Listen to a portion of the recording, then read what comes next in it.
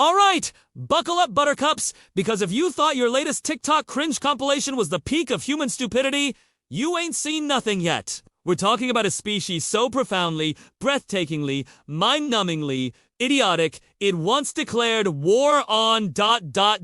birds. Yeah. Not just any birds, mind you, but the velociraptor-looking, 6-foot-tall, feathered nightmares known as emus. And spoiler alert, it gets worse. Welcome to At Midnight Mage, one glorious historical blunder at a time. 1. Let's be real. Humanity's track record is less a glorious march forward and more a drunken stumble through a minefield, perpetually tripping over its own shoelaces made of ego and hubris.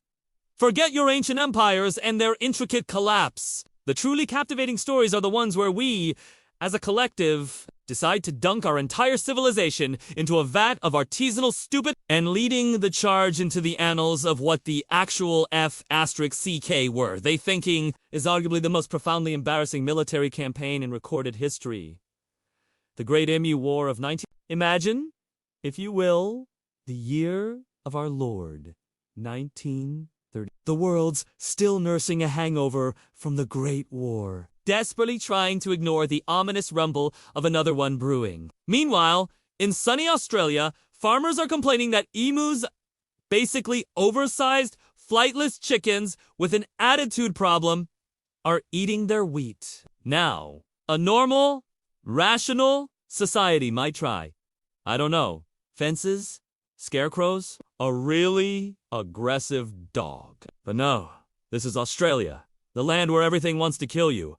And sometimes, you decide to pick a fight with a flock of birds. It's like watching a modern tech billionaire decide to buy Twitter X and then wonder why it's on fire, except the birds actually won. So, what does a self-respecting government do when faced with a feathered menace? They deploy the military naturally.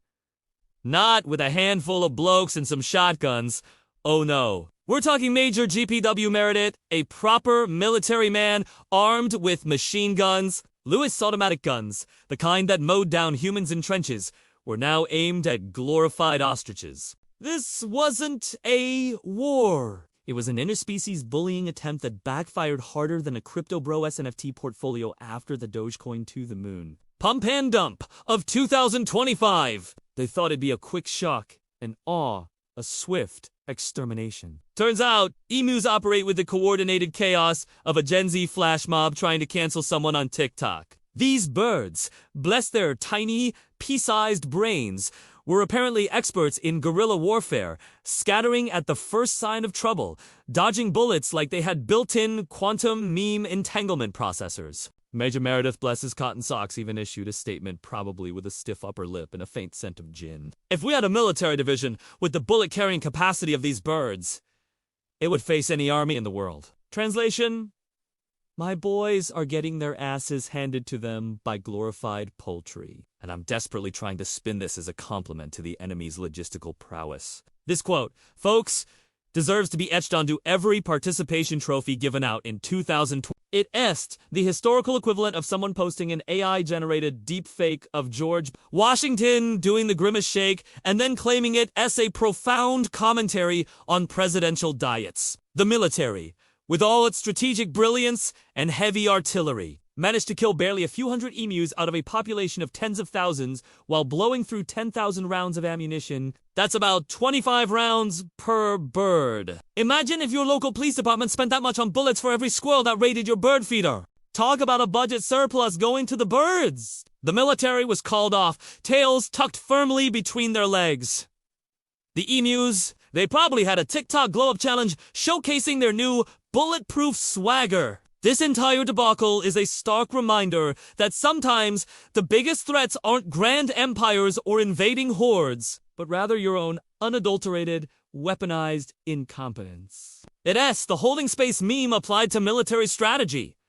They were holding space for total failure, and boy, did they succeed. Seriously, what kind of idiot brings machine guns to a bird fight and loses? This feels like a modern political scandal where someone tries to legislate TikTok away, only to find out all their constituents are suddenly fluent in Gordon Ramsay food insults as slang.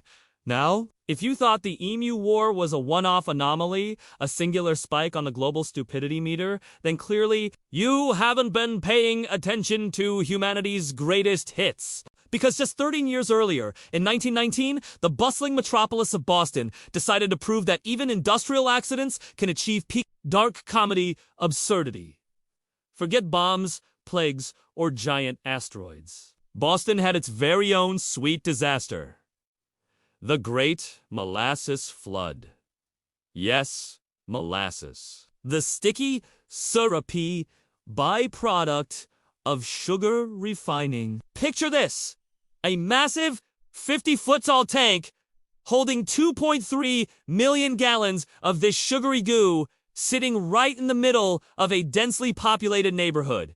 What could possibly go wrong, right? It's molasses, not plutonium. Spoiler alert, it gets worse. On a freakishly warm January day, the tank, which had a history of leaking and was shoddily constructed because, building codes are for suckers, decided it had enough of holding its sugary secrets.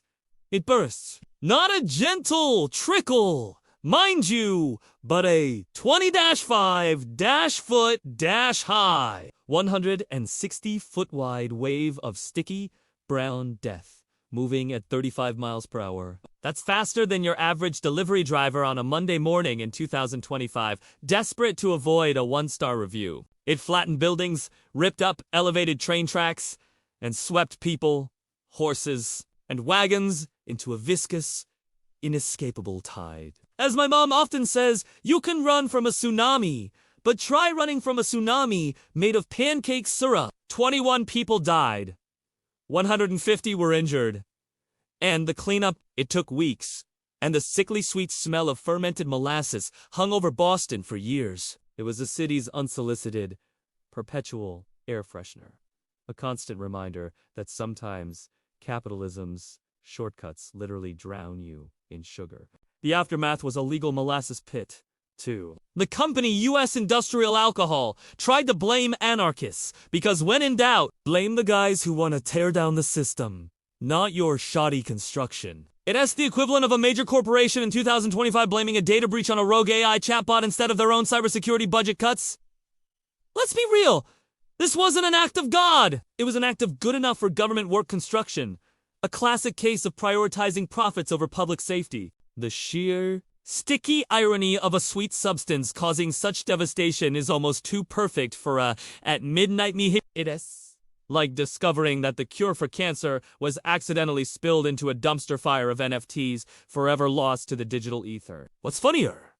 People dying from molasses, or people actually investing in an NFT of that molasses? Think about it, then hit the comments. And speaking of ridiculously trivial triggers for international conflict, if you thought a molasses tsunami was absurd, allow me to introduce you to the war of the stray dog. This isn't some metaphor for political infighting. This is literally a war that started because a Greek soldier chased his dog across the Bulgarian border in 1925 and got shot for his troubles. Yes, a dog. Not oil, not territory, not even a particularly offensive tweet from a foreign dignitary. A dog.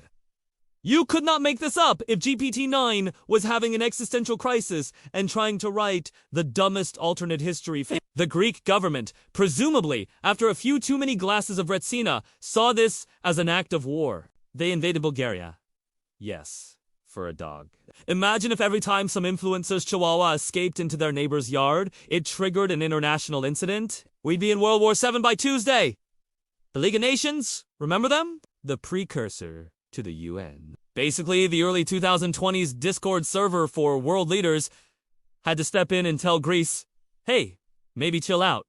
It was just Fido. Greece, channeling its inner Karen from a 2025 viral video demanding to see the manager, was eventually forced to withdraw and pay reparations. The whole thing lasted about 10 days, killed 52 people, and all because a dog had won. This war is the quintessential example of human pettiness escalating into outright bloody stupidity. It's the very demure, very mindful, TikTok phrase gone tragically wrong. As if the entire Greek general staff decided to embody the smoking duck meme while making strategic decisions. It makes you wonder, if these are the brilliant minds guiding nations, what chance do we have? We read constantly bombarded with news about AI making unethical decisions or going rogue. But frankly, human stupidity has been doing that for millennia without needing a single line of code. Who needs sentient AI overlords when you've got generals chasing after stray dogs and armies losing two birds? Let's be real,